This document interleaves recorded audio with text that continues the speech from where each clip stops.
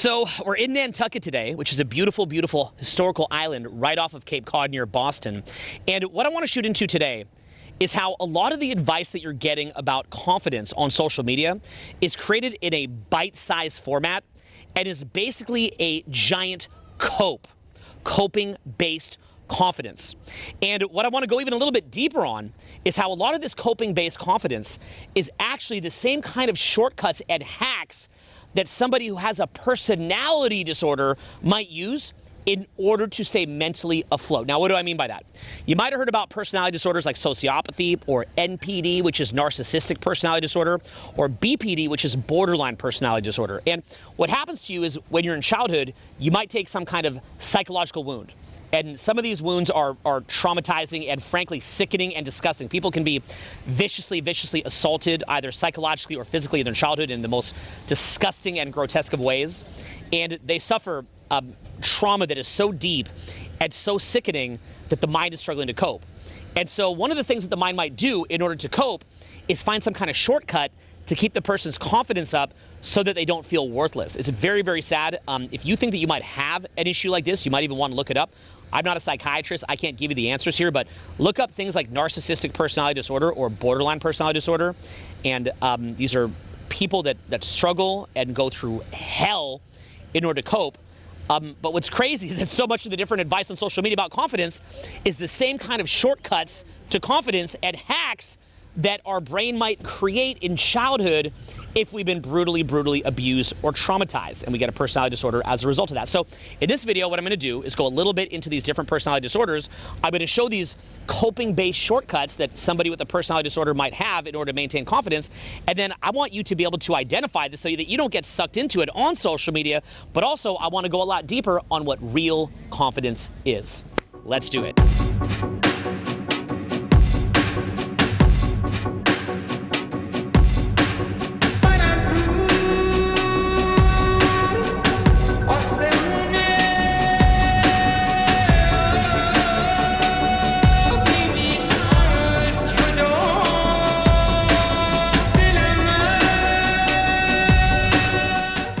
So I first got turned on to this idea of personality disorders, which I knew very, very little about, by reading a book called Human Magnet Syndrome by Ross Rosenberg. And what he explained is that you have narcissists and codependents, and both a narcissist and a codependent are attracted to each other. Now, what Ross Rosenberg explains, and I'm not an expert on this, so you should really just look it up. I'm just kind of giving you a Cole's Notes version of this, is that both a narcissist and a codependent, even though they seem very, very different, actually come from the same place, but are coping differently with what happened. What's the place they're coming from? The place that a narcissist is coming from is that in childhood, they might have not got the love that they need. And so because they don't get the love that they need, the way that a narcissist copes with it is simply removing from the equation the need for love by reframing everything as positive in their mind. So let's say that you're a baby, you're not getting love, or maybe you even get viciously assaulted or something like that, or as a child. Well, then a way to cope with it is say, I don't care about love anymore. I'm just going to tell myself how awesome I am. And it's much, much deeper than this. I'm kind of goofing it up, but just take the general idea. Now, a codependent, the way that they deal with it, and I think that I have a bit of this, is that they decide to become perfect. And so they decide, okay, if I can just be perfect, if I can be the best, if I can add the most value, if I can contribute the most and be so perfect, then I will get love. So the narcissist basically says, I don't care about social feedback, I'm just the best. The codependent says, I will just forcefully get the social feedback by always adding more value. Now, likewise, you have borderline personality disorder, which is this whole other thing that's going on, and it's basically also surrounded by fear of abandonment. And basically what happens is when somebody has borderline, they idealize somebody, make them into this like perfect person and put them on a pedestal. They pedestalize you. If you've ever dated someone who has borderline personality disorder, BPD, they pedestalize you. Then they make you amazing, and they make you kind of like into that lost parent. But then what happens is that at some point they realize that you're not the perfect person that they thought, and then they do this thing called devaluation where they hate you, and then they usually do something called a ghosting or a discard where they never talk to you again because they vilified you. So they do this thing called splitting where they see you as all good or all bad as a way to, chase after love from the parent, in which case they're chasing you and they're in love with you, but then later they decide they hate you and then they discard you. And so there's this book about that called I Hate You, Don't Leave, or Stop Walking on Eggshells, even better than that in my opinion. And the idea is they love you, but then eventually you're not perfect for them, so then they hate you, then you go to walk away, they feel like they're being abandoned, then they chase you, so it's this whole thing called I Hate You, Don't Leave. So I'd recommend that you look up NPD, narcissistic personality disorder, codependence. I'd recommend that you also look up BPD, borderline personality disorder, and even look up sociopathy. I think that's also something valuable to look up. There's a book called The Wisdom of Psychopaths, and you can learn a lot from that or The Sociopath Next Door. Now, let's take these different ideas and then think about some of this basic level advice that we see on the internet. Okay, so in effect what's happening, and again, I am not an expert in this, so look it up yourself. I'm just pointing you in a direction. What's happening is that in childhood, there's some kind of vicious trauma. The person could have been brutally assaulted, brutally mistreated. It's incredibly sad. It's tragic. And so the mind is creating a coping mechanism in order to deal with it. Whether that is the person with narcissism who says, I don't care what any of you think, I'm just the best, and I'm going to put everybody down and use them as narcissistic supply. I am already the best. Again, the codependent, I'm just going to be perfect and somehow always be perfect. Or the person with borderline, where they make somebody into that missing parent, and then they kind of replace you as the missing parent, love you to death, and then later hate you. Okay, you see these kind of different weird mechanisms going on? These are coping-based mechanisms. This is not thriving at all. It's completely a cope. I'm not nailing this perfectly. Okay, I'd recommend that you go look this up from an expert. I'm just a layman relaying it to you. But you see that these are, in effect, copes. So once you can see this, and then you start contrasting this with some of the self-confidence advice that you see on social media, you'll realize that what you're being taught there is something that's in a short nugget. You know, for example, platforms like Instagram or TikTok don't have a lot of space for nuance. They're in these short little nuggets. It's also often coming from people that are in victim thinking and in a cope. So it's a lot easier to process short-based information. But what winds up happening is you're actually being trained on these platforms to adopt a personality disorder. Not to adopt real confidence, but to adopt coping mechanisms, and they wind up seducing you in. So what I'm going to do is I'm going to go a little bit deeper into what some of these posts look like, and then we're going to go deeper on what it means to have real confidence and avoid this entire thing.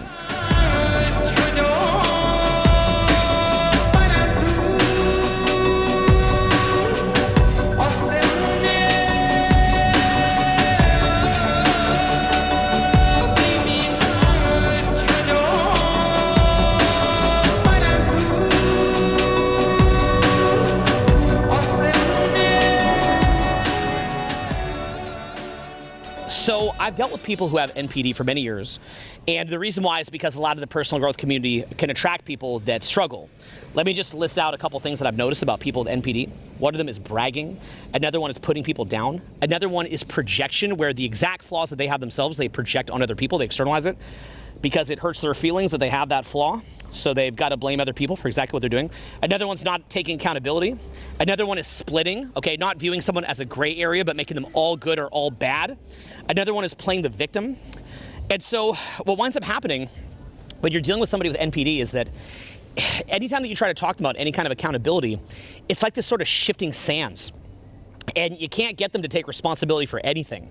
So every single thing that you're saying to them is seen through this lens of preserving their confidence or preserving their state. And it's a sort of weird thing because narcissism is so powerful that somebody who has NPD might be the most confident person you've ever seen. I mean, it is like a wall of confidence that is impenetrable. But the challenge is, here's a really, really big thing with NPD that's going to blow your mind, okay? This is massive.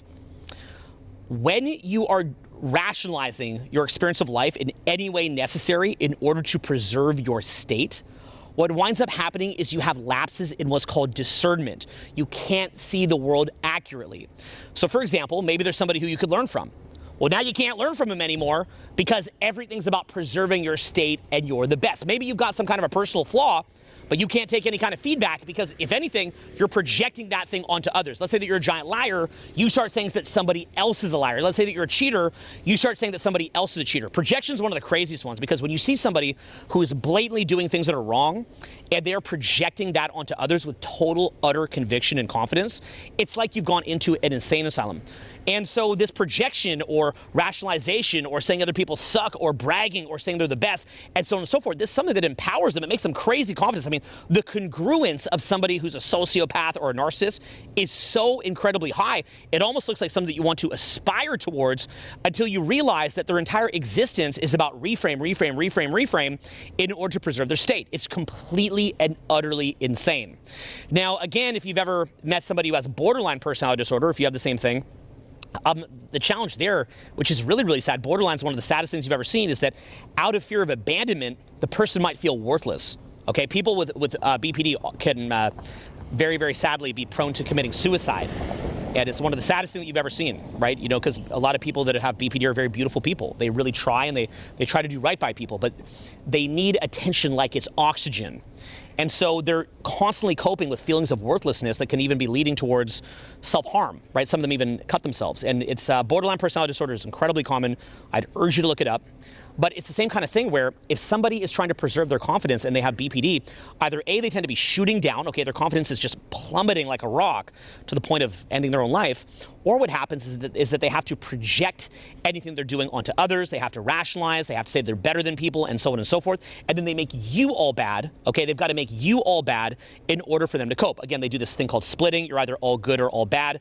People with borderline personality disorder tend to do this thing called a discard or a final discard where they just get rid of you because they can't even look at you because they're so incredibly ashamed, okay? Like they've done wrong by you, and people with NPD do this too. They've done wrong by you. They're so ashamed of themselves that they have to project what they did onto you. So let's say that they've cheated in a relationship. They say that you've cheated, and then they discard you as a defense mechanism. So look at what's going on here as far as, you know, NPD, BPD, sociopathy, codependency, things like that. These are personality disorders. And what winds up happening, I mean, frankly, this is a bit of a side tangent, but even something like codependency, like you've got to be the best, you've got to be number one, which could actually be a good characteristic, can also just be people pleasing. So again, you know, you're getting confidence from being number one, being the best, but that's just people pleasing, and you feel like you're not even good enough. So are you trying to be the best because you want to add the most value? Are you trying to be the best because you're a natural competitor and it's actually healthy to have healthy competition? Or are you trying to be the best because you're a codependent or a people pleaser and just trying to be perfect because your parents didn't love you, right? So, you know, and trying to get confidence from that. So many of these different little memes that you'll see on social media, it's important to begin to recognize that they are encouraging things like rationalization, encouraging things like not taking responsibility, encouraging things like putting other people down or splitting people and making them all bad. And they're encouraging things like say, oh, you're going to be number one as a way to get confidence. But in reality, that's just people pleasing. It might not be healthy competition. It might not be you just having high standards. So try to make some kind of an effort to study personality disorders, things like cluster B, and then see what an unhealthy psychology looks like. And like I said, begin to look at the internet and see what it is that you're being taught and ask yourself, is this the kind of influence that I want to have, or do I want something better for myself?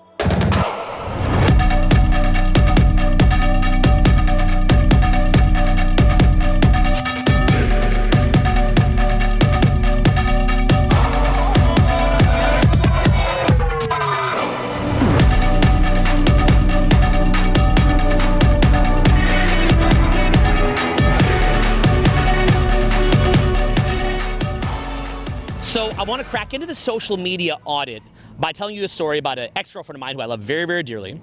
And she had a new friend, someone who she's friends with for maybe 2 or 3 months. And she was really pouring into this new friend. So she wound up giving her a couple $100s for her birthday, even though she barely knew her. She wound up getting her a lot of really, really good jobs. She wound up letting her stay at our house for several months. And this girl was just kind of a hot mess, but she really, really poured into her. And so what happened was this friend was kind of a natural taker.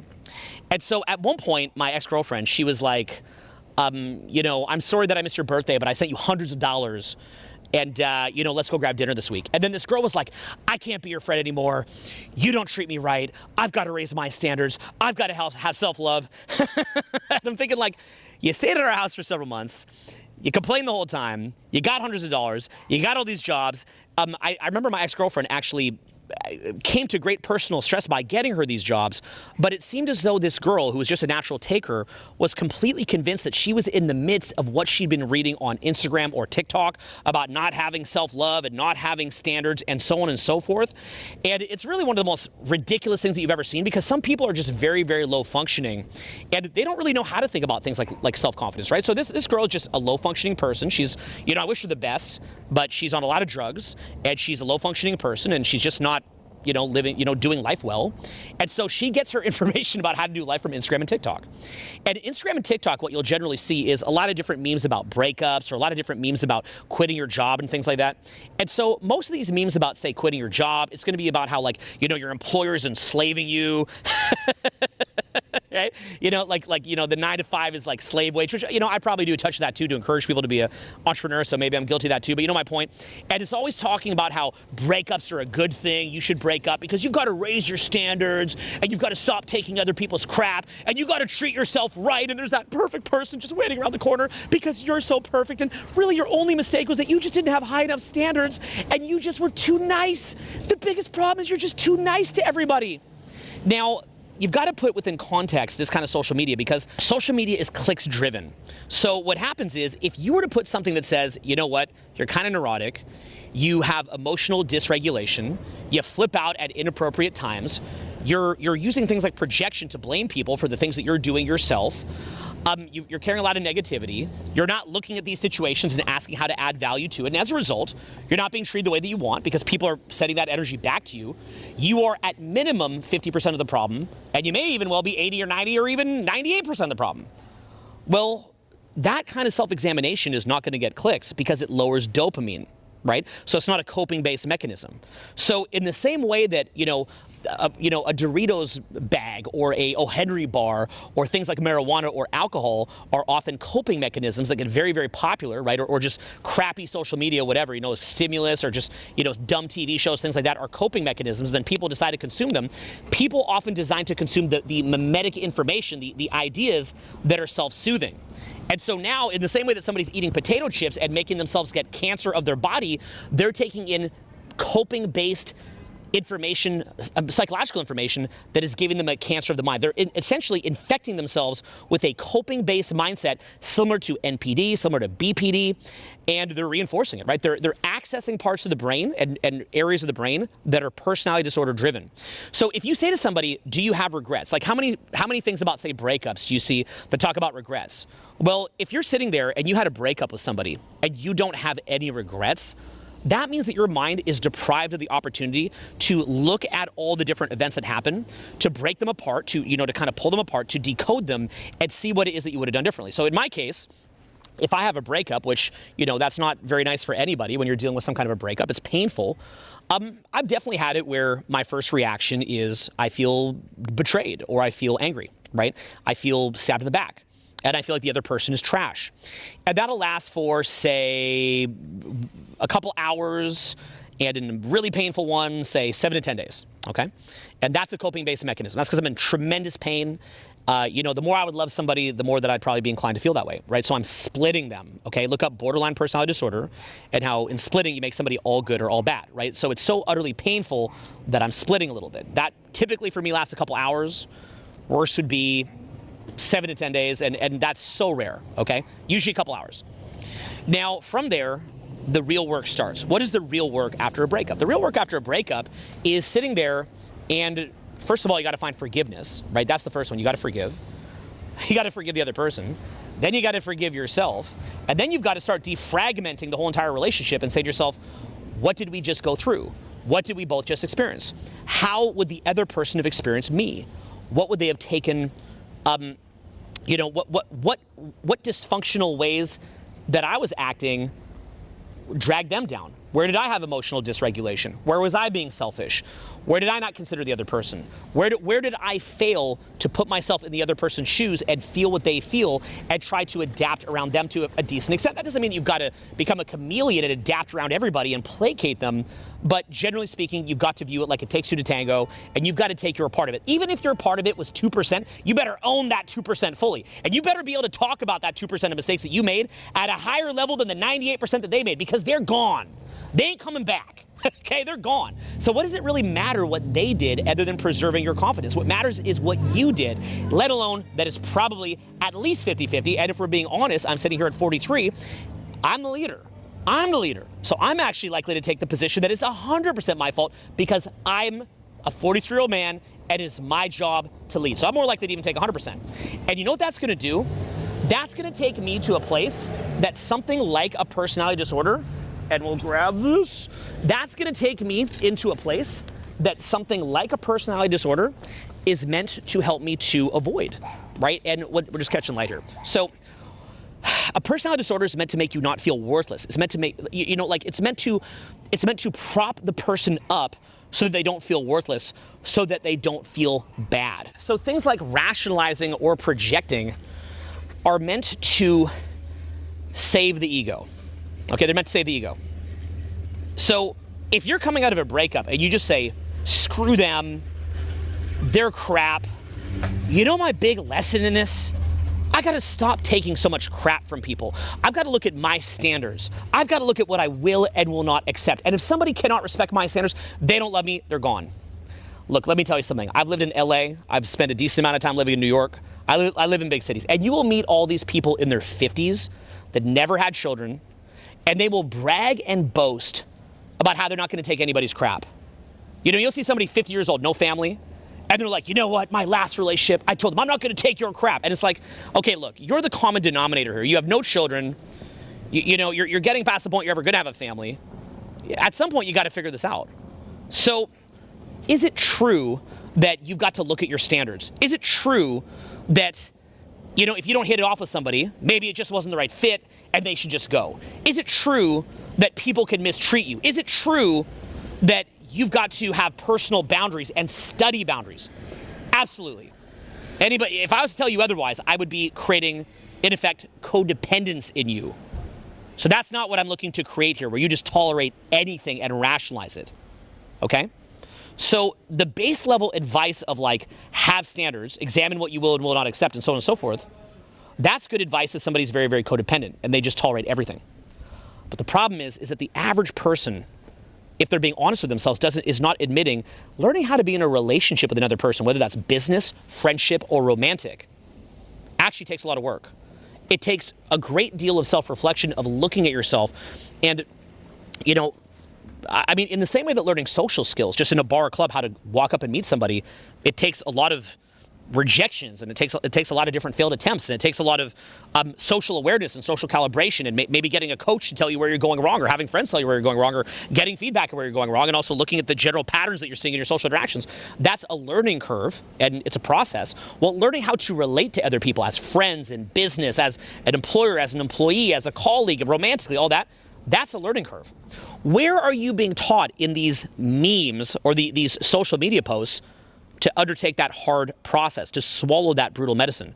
So if I have a business failure, the last thing that I'm gonna do, let's say that I'm working with somebody, it could be public, you might have seen some of these in public that happened to me, and the last thing I'm gonna do is jump onto the internet whinging and whining about how somebody who I work with and naming them did me wrong, and how I'm perfect and I'm blameless, and that they're all wrong, to reestablish my ego, and then to get a bunch of basically just kind of like flying monkeys, okay, in narcissism they call them flying monkeys, just basically people that just agree with anything, you know, yes men, yes women, whatever, yes people, and getting a bunch of them to say what a victim you are, how mistreated you are, and how right you are, and how wrong they are, and so on and so forth, right? To reinforce ego. That's the last thing I'm going to do. What I'm going to do is I'm going to say, where did I go wrong? I've had problems with people. I'm the common denominator. I've got to take accountability. So I'm going to start going through my mind about, and I'm going to take, if it's a major business relationship, friendship, or romantic relationship, I'm going to take a couple months every day, and I'm going to ask friends, how did I come across? I'm going to ask them if they're willing to sit with me. Tell me what I did wrong. Now, a lot of that is going to be their projection. It's going to be their ego defense mechanisms. It's going to be them making themselves right because they're in coping. So you've got to take it with a grain of sand. Big, big, big, big, big. Take it with a grain of sand. That said, you've still got to listen. And then you've got to start going through your behavior and the way that you're acting, and you've got to start to learn from it, and that can hurt. And then that's going to be a process of self-forgiveness, and that's going to be a process of self-examination, and that's going to be a process to where you've not fixed it or changed even within a couple months. It could be up to a year of really, really looking at yourself and the underlying place that you're coming from, and you know, the impact that you've had on another person that could be quite regrettable, even though it takes two to tango. You've got to start looking at that and going through it if you want to have any hope of having a lasting relationship when you're older, whether that's, again, romantic, friendship, business partnerships. You've got to do that. And the worst thing is that I've seen in the social skills community around dating is that in the initial phases of meeting somebody, being very, very cocky is kind of attractive. And so that is why you'll see in the social skills community over the years, a lot of explosions in the business partnerships. You'll see a ton of this. I mean, I've seen companies where they're kind of like, they do this thing called triangulation, where they kind of like sit there trash talking another company or another teacher, and they kind of gain energy from that. They're getting dopamine from that. But then inevitably, like, that's not enough. So then they trash somebody else. Inevitably, that's not enough. Then they trash somebody else. Again, this is all personality disorder driven. And then what happens is that, because they're getting cheap dopamine from it, it's a cope. And then what happens is that they start fighting amongst themselves. You can actually see it, where the same people that were triangulating and getting dopamine by trashing other people, it's not enough dopamine because they always need a bigger and bigger fix. So they start attacking each other. And there's some people who do this that predictably will give props to other teachers and then inevitably will have falling outs with them with every single other teacher ever because it's never enough. It's a drug addiction. This is personality disorder driven. It could be sociopathy, narcissistic personality disorder, it could be whatever. And, you know, you'll see the person just bragging all the time and saying, oh, they're better than other people all the time. And it just goes on and on and on. And it's literally a personality disorder in full display on the internet with flying monkeys. Okay, look this up in narcissistic personality disorder, flying monkeys that are cheering them on and saying how great it is because they're getting dopamine from it, not knowing that if they met that person would do it to them too. So the whole thing's a mess. So when I explain this, and then we think a little bit about personality disorder-driven copes of the mind that stems from childhood, you can study this stuff, what kind of information are you getting? Are you looking at memes on the internet that are giving you the real good food, the things that are going to help your life, and that are saying, hey, you've got to look at yourself, at where you're going wrong, how you were responsible, you know, what is your share of the dissolution of a relationship or the explosion of a relationship? What could you have done better? And how can you maybe have hope to have better situations with people later? Or are you just being told that you just got to raise your standards and you're just perfectly nice and you've done nothing wrong and you're amazing and they're bad and it's just a harsh world out there, right? Even though you love them in the first place, you love them enough to be physically intimate with them, to do business with them, to be friends with them, to share memories with them. Now you're at a point where if they were to pass away and die, you'd have the awkward situation of deciding whether or not you can even go to their funeral because somebody who you're that close with passed away. And you don't even know if you'd be invited to their funeral or be awkward to be there. And you love them because at one point you loved them. But then because you can't cope with them, you can't cope with losing them, you've made them into a villain. But then at some point, if they're dead and gone, you're going to feel bad about it, right? Think about anybody who you've devalued, who you've split on and made less than. And how would you feel right now if they died in a car accident today? Imagine the loss of that. Imagine how all the good times would come flooding back. Because the low vibration energy, the negative energy around them is gone. They're dead, so you don't need to split them anymore. Imagine how much you'd miss them. And that's why personally what I try to do is I try to take the medicine and you know, the harsh thing, like lose dopamine, lose confidence, but trust my base level confidence enough to know that I can take it, even though it hurts, look at myself, and then come back 100 times stronger.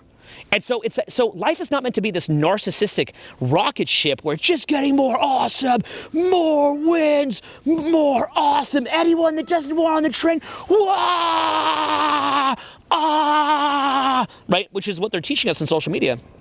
It's not about that. There's a dark side behind that. People that you see acting like that, they usually have a train wreck of explosions behind them. And you're not seeing the reality of it. That's not real adulthood. That's arrested development.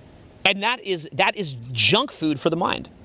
So again, these are, you know, like anybody who doesn't have regrets is engaging in the part of the brain that is associated with personality disorder. So you've got to say to yourself, what is real confidence? Where does that come from? What do you want that to look like? What does it mean to really believe in yourself? What does it mean to be in a thriving state, not just a giant cope?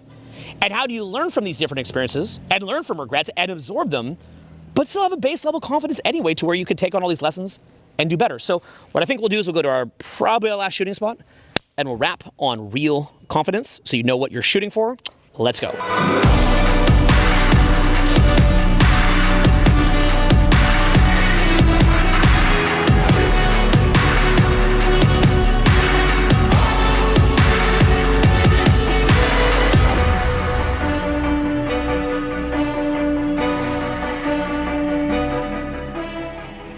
So like I said, you want to start getting a list of what are some of the defense mechanisms, the ego defense mechanisms that somebody who in childhood could have had a horrible thing happen and then adopted as a cope might have led to a personality disorder. You want to get a list of them. A couple of them that I listed here is bragging, putting people down, projection, not taking accountability, splitting other people as white or black, okay, all good or all bad, playing the victim.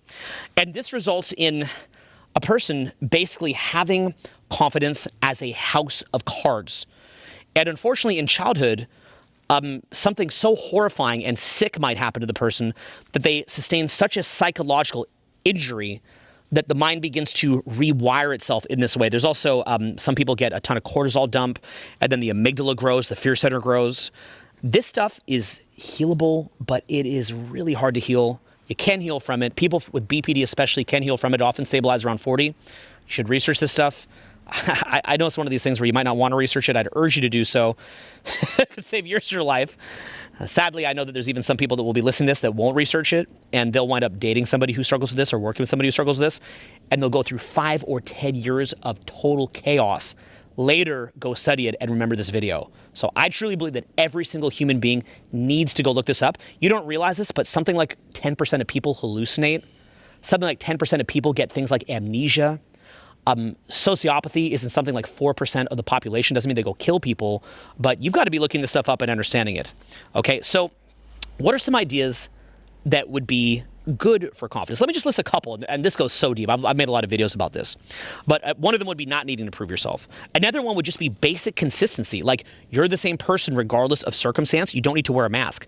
Another one is loving yourself and having standards, like those memes say, but that's not the whole thing. Okay, that's part of it. But genuine love for yourself and putting yourself first so that you'll be treated well and treating yourself well. So that's part of it, okay, but it's not the whole thing. Being in integrity with yourself and others. Coming from so much abundance that you can help others. Another big one is not making negative assumptions about how others see you, like walking into environments and be like, oh, these people see me negative and all this kind of stuff. Not making negative assumptions about how other people see you, but just being outside your head and adapting to every single circumstance as a case-by-case basis. Another one is not needing to split yourself as white or black. Okay, not needing to split yourself as all good or all bad. I actually hate the white or black use, but they call it that. You don't need to say, oh, I'm all perfect, I'm all perfect. No, I'm all bad, I'm all bad. It's like you can see the gray area of areas that you do well, areas that you do poorly, areas that you're working on in the middle, and you can have what's called object constancy. Look this up in borderline personality disorder. It's called object constancy, which means that you don't see yourself as all good or all bad. You see yourself in the middle, but you realize that if you can act with confidence and be a leader, that people tend to respond to that and you'll get a great social result. Like when I go into a bar or club, I'm not just like, I am perfect, I am here. I'm just realizing I'm Owen, I'm a guy. And, you know, if somebody hates me, it doesn't make me terrible. If somebody goes home with me for an intimate experience, it doesn't make me super attractive. The reality is I'm just Owen. I've got pros and cons about myself. I know what those are, but I understand the basic method of meeting somebody and creating attraction. And if I execute on that well, that's likely to lead to a positive result. And if I don't execute on that well, that's likely to lead to a negative result. I get these basic things. I don't need to turn myself into this perfect person to have the confidence to act. I can act seeing myself in totality. You see what I'm saying here?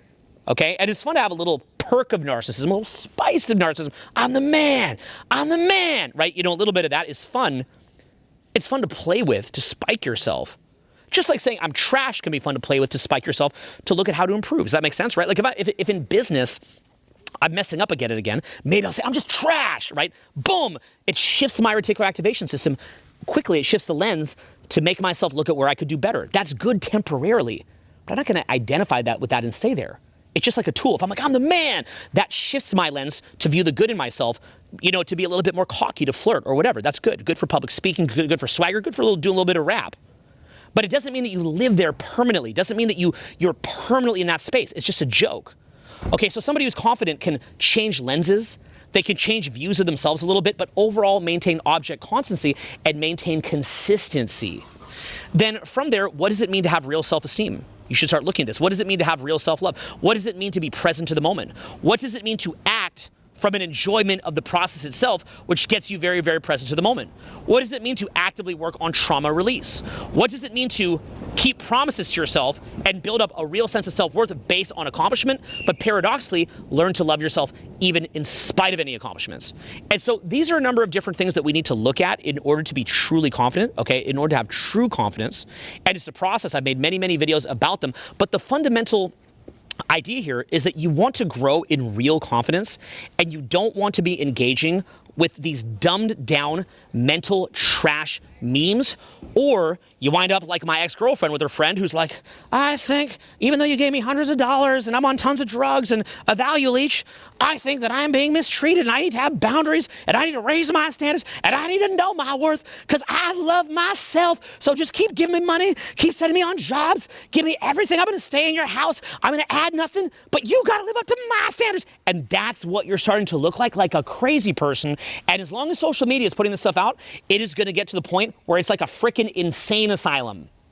And then as there's more and more people in that crazy standpoint, political parties will come along and they'll weaponize people in that mode, and then they'll get them, they'll feed that and pander to them to get votes, and then society altogether gets dragged down. So this is not only an individual issue that you want to work on and deal with, it's also collectively a larger issue that we as society and a democracy have to deal with.